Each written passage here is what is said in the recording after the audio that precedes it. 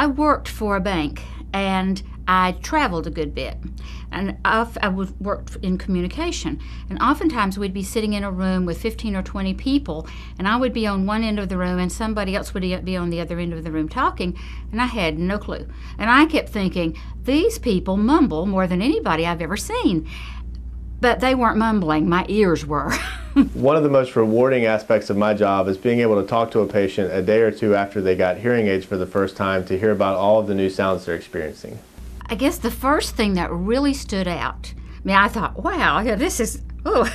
But the first thing that really stood out was the next day, I was at home working, everything was quiet, and I kept thinking, what is that noise in the house? What is that noise? And it was a clock. I hadn't heard that clock tick for probably 10 years. And I couldn't believe it because I got up, I thought, we have a leak or what's going on? It was the clock ticking.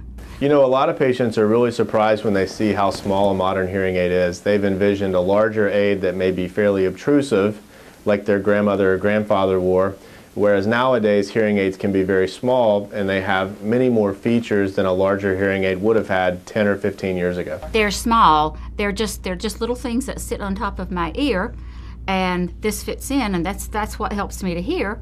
But it just makes so much difference when I just plug them in.